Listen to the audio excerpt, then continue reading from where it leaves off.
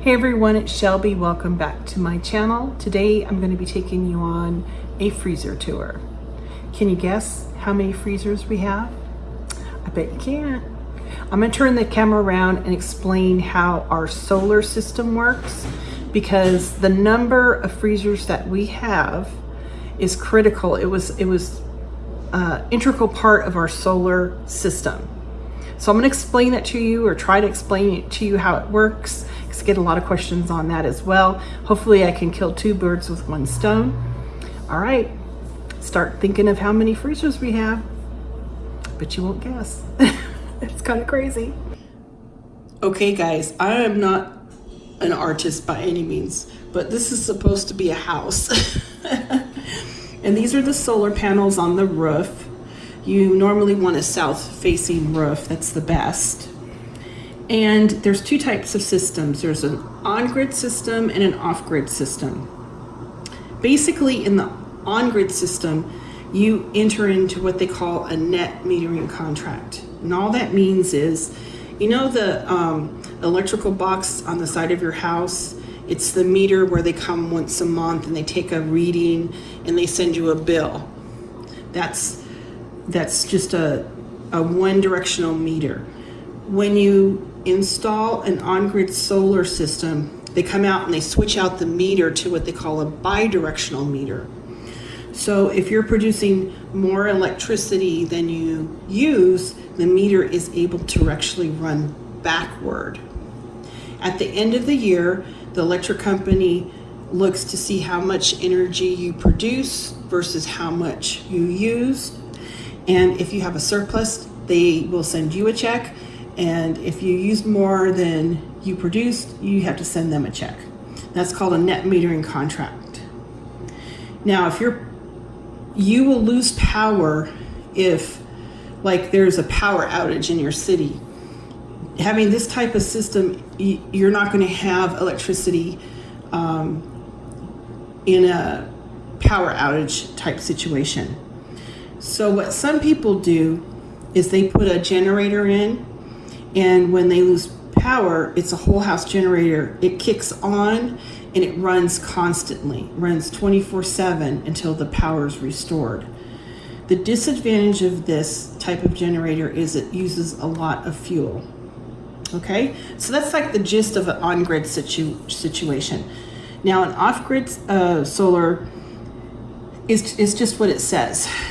You have panels on the roof, they go through an inverter, and they store the energy in batteries, okay? They also, so what happens is when you are using electricity in your house, you're pulling it from the batteries. If the batteries get depleted, a lot of times when they design these type of systems, they put a generator in, but they use a different type. It's called an ecogen generator. It's also made by Generac, but it's made for an off-grid situation. It's made to turn on and turn off. So if your batteries got low, the ecogen generator would turn on automatically, and it would run 15-20 minutes. It would top off your batteries, and then it would automatically turn off. And the nice thing is a lot of these type generators run off of propane fuel, so you can store the fuel readily without any problems. And you don't use as much fuel as you would if you're running it 24/7. Now, if you have, like we have, a system that's an on-grid and off-grid hybrid, like we have both of these systems in our particular case. So we currently use about 1/3 of the electricity that we produce. So we sell 2/3 of the electricity back to the electric company. At the end of the year, they give us a check. We do not have a whole house generator. We have the off-grid component, which normally 20 panels is charging our battery bank. And if the battery bank wore down, we have the ecogen that'll kick on and replenish the batteries. Now, to make the batteries be able to, in an off-grid situation when the power goes out, utilize all of our panels, because we have a large system. We have a 25 kilowatt system. It's the largest system you can have in the state of New York residential. To make the batteries be able to have access to not only the 20 that we have dedicated to them, but all of our panels, you have to have a special, they call it a switch. And to have that switch work, you have to have a constant load on the system. It's about 30 amps in our case. And what the designers do to these solar systems, they always put the freezers as the constant load. That way your freezers are never in jeopardy of losing power. It's a constant load, and it makes this system automated so that your batteries can not only access the 20 panels, but your entire system when you're in a grid down situation. There's only 2 batteries that do this, and that is Sonnen, which is a German-made battery, and Outback. That's the battery that's on the space station. Tesla doesn't have the technology, neither does LG. Those are the only 2 that can work in that manner. So that's the system we have, and because our system is a 25 kilowatt system, we have, 7 freezers. I also wanted to say that the inverters, the critical load that you can back up, this would be your critical loads. Each of the inverters does 60 amps. We have 2 currently, so we have a total of 120 amps that are backed up in an emergency situation. And we also have the capability in the future, if we wanted to add another 60 amps, we could go to 180 amps, which is, I don't ever foresee us having to do this, but we have the ability to have our system grow. And that's kind of a good thing when you're having them design it, because it's just sometimes switching out the inverters to handle the bigger load, going from a 150 to a 600, a heavier wire. It's not a lot to upgrade to have the ability to have your system grow.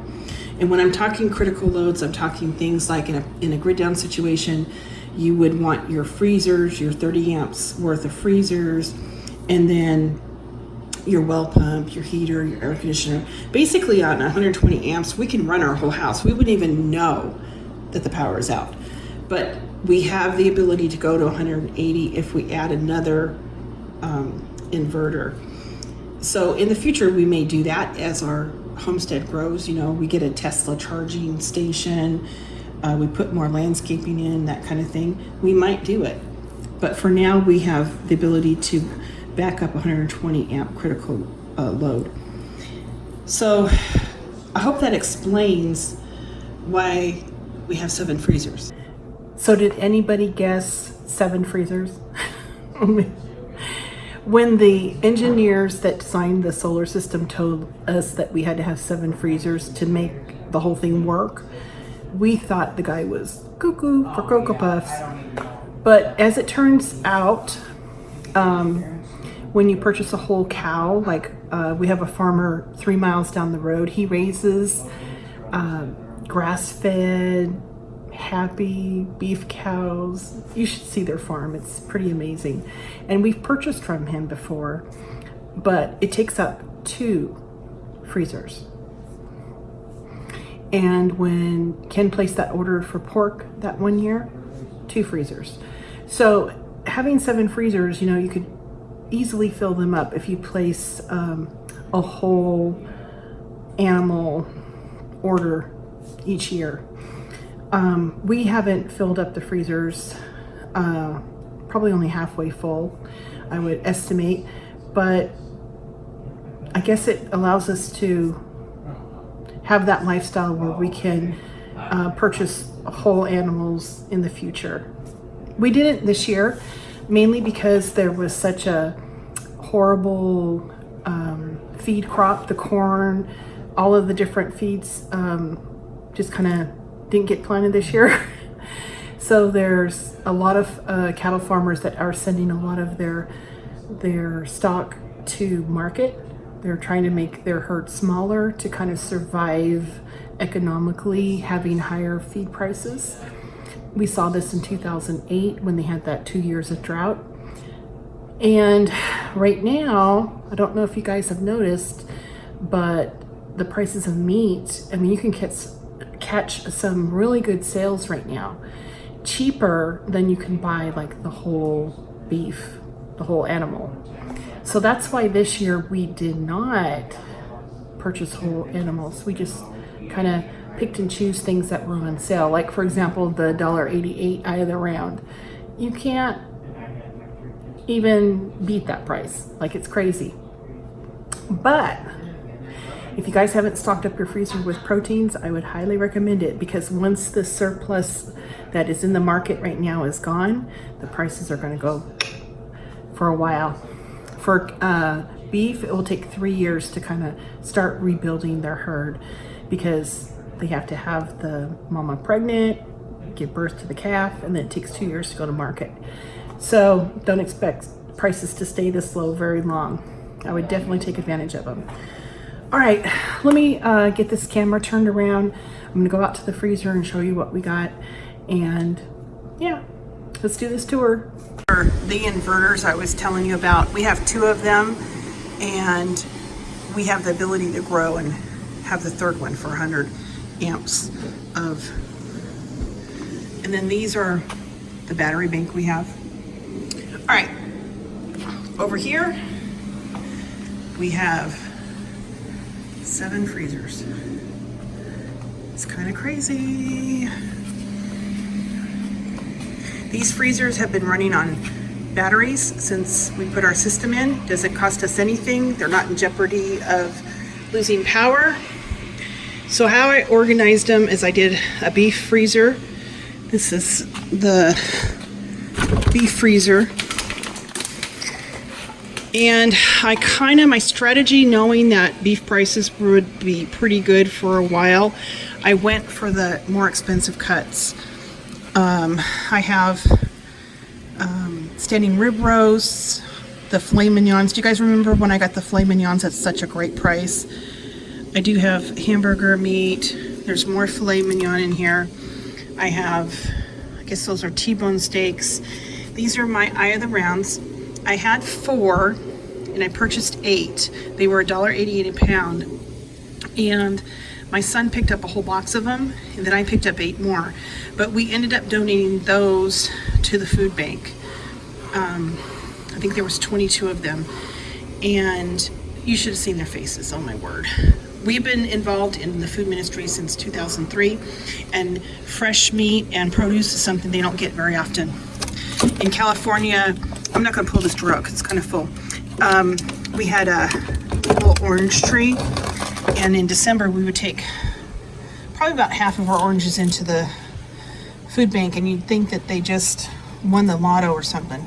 So if you have excess fruit, I would highly recommend maybe considering donating it to the food bank, because it's a good thing to do. These are sirloin steaks that I have that in that Bourbon Street marinade. I shared that with you on my channel. And then on the refrigerator drawer, I have New York strip steaks. And I had gotten these, I think they were $3.99 a pound.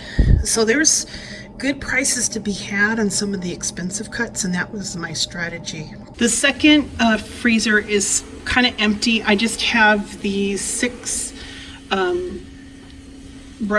pot roasts. And then on the door, I do have some hamburger meat. These are 2-pound packages here and pound packages. I would like to get some more hamburger meat. And then I have the carne asada from Trader Joe's.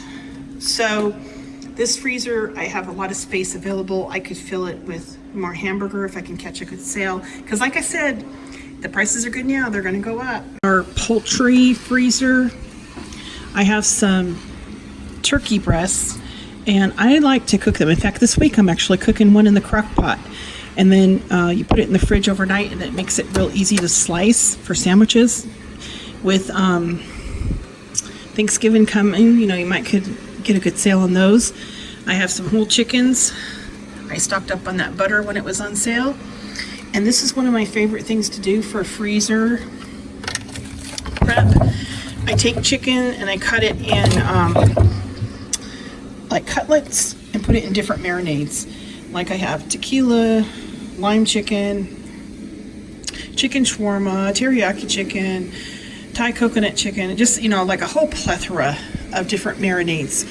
And I just put them in there and it's so nice. You just take them out and thaw them in the fridge for a day, cook them on the grill, serve it with a nice salad, and you have a really nice dinner. Down here I have some chicken cutlets that are just plain. I use those when I do pan searing chicken. If I was doing like a lemon chicken or chicken marsala, chicken parmesan, that type of stuff. I have some chicken tenderloins in there.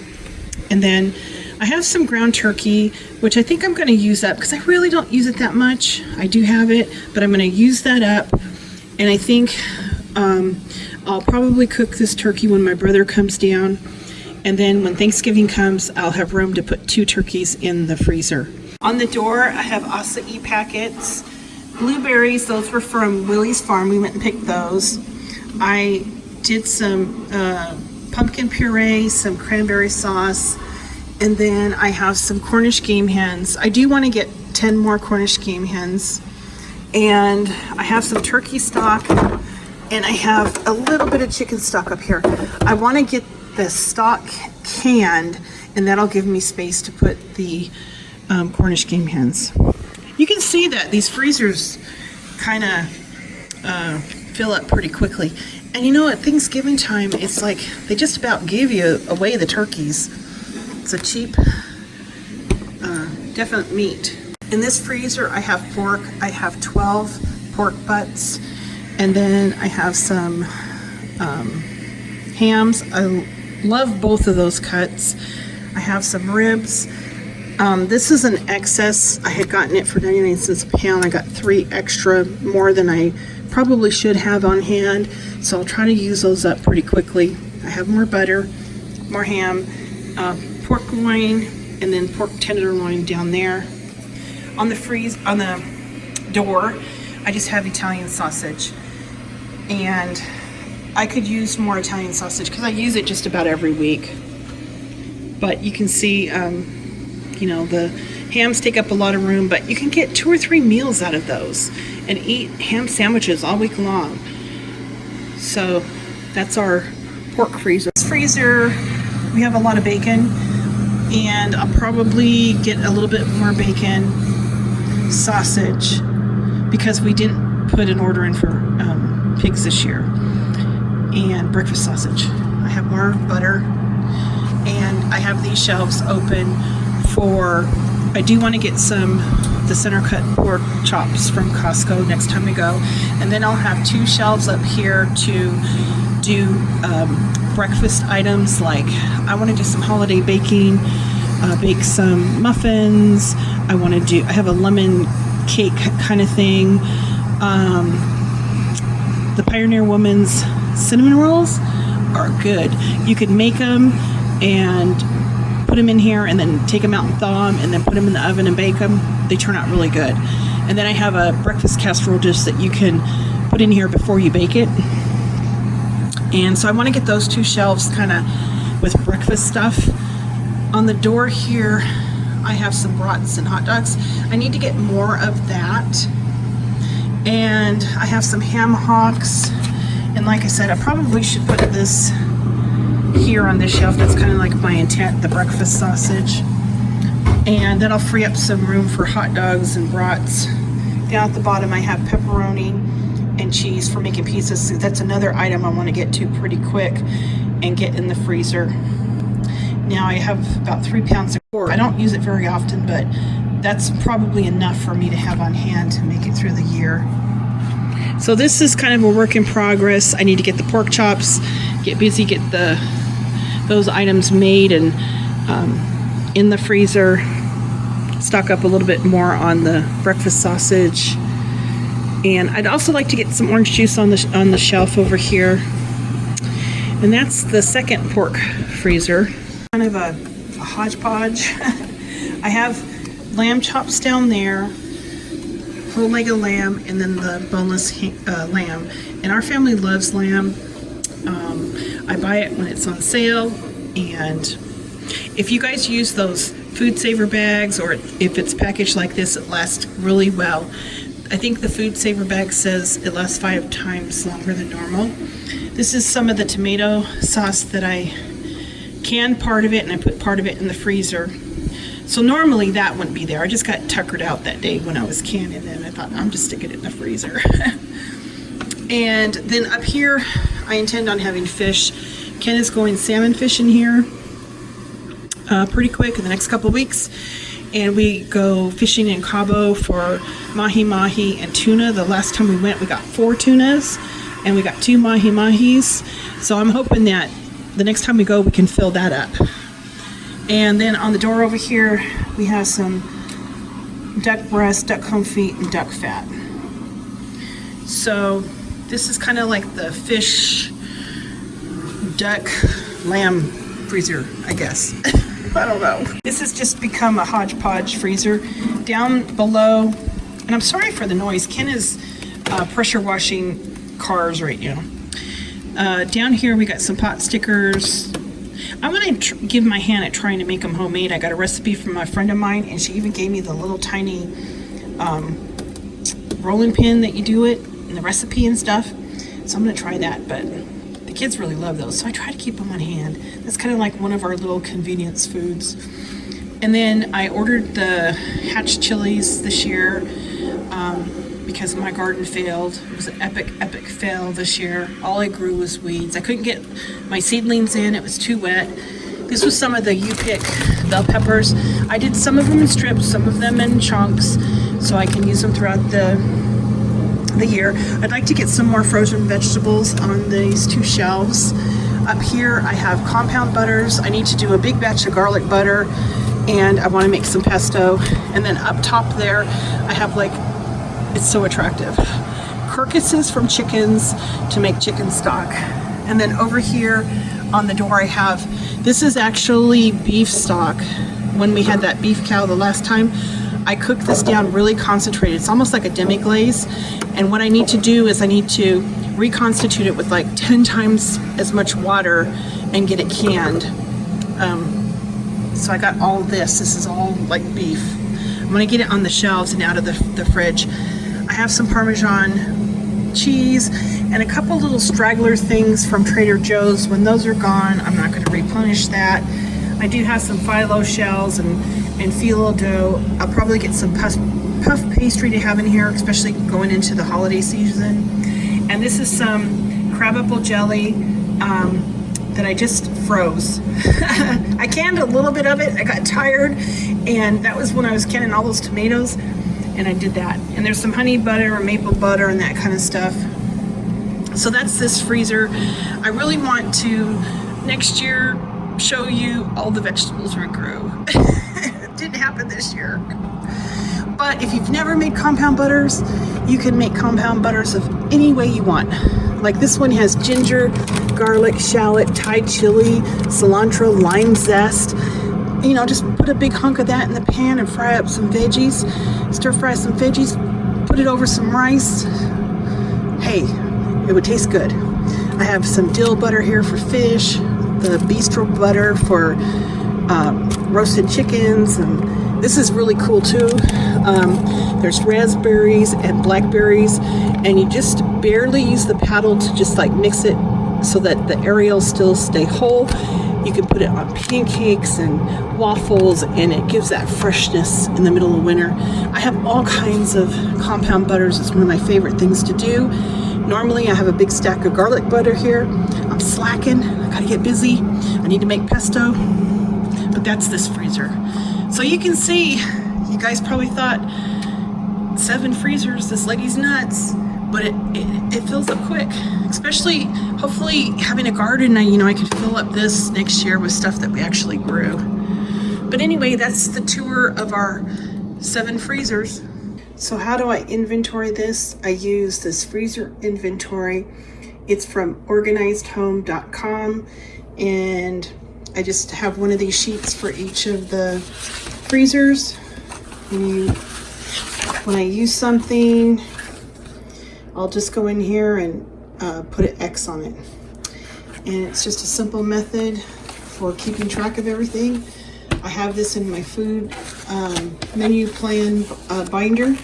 So when I'm getting ready to menu plan, I just look in here and pull from the freezers, and then I just put the little X to show that it's been used up. So that's how I do it. Well, if you guys made it to the end, you guys are champs. 7 freezers, holy moly. It sounds crazy even for me. But in reality, living this kind of lifestyle, it kind of works. I don't know. Anyway, guys, I hope you enjoyed the freezer tour. Hope you got some good ideas. If you haven't stocked up on cheap meat, do it now because the prices are going to go up. All right, until the next video, I'll talk to you guys later.